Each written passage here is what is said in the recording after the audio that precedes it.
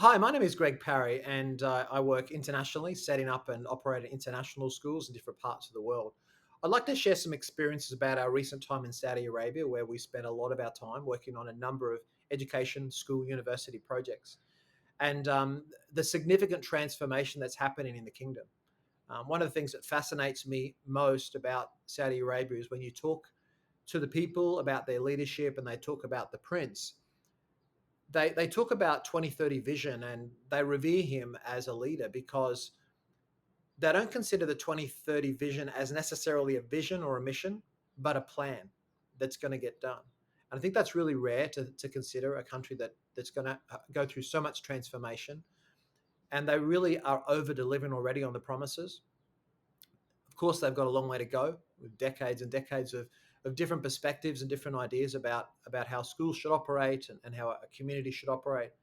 But it's amazing to see the transformations. When I first came here a few years back, I assumed that women would have a lot more restrictions than they do now. Certainly, I spend time in restaurants and coffee shops, mixing freely with people of both gender and families and singles and married people without any major restrictions. My wife Shanna wears the same clothes in Saudi Arabia as she would in any other country of the world without any restrictions that we perceived might exist.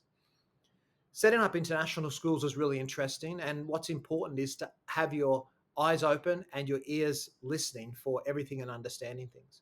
One of the things I found interesting is there's been a lot of international school operators that have come into the kingdom planning to bring in their Western culture, planning to bring in what they describe as international education, this new perspective to a country that needs it, without really understanding what's happening. It's really important to understand that you can change rules and you can change laws, but cultural matters take extra time.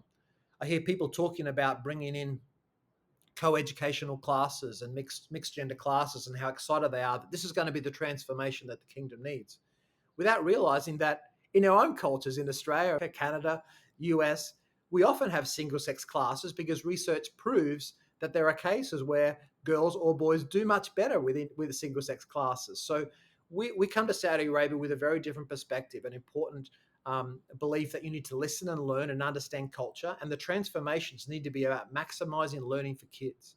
The transformations need to be about providing a high quality education that's going to be better than it was before, not imposing a Western culture on the kingdom, and creating the very, very best opportunities we can for young people. So it's a really exciting time to be here in Saudi Arabia. It's a very, very different place to what people would expect. The international franchises, restaurants, and food chains are quite incredible. And we really love spending time here, and we are very excited to be involved in this massive transformation.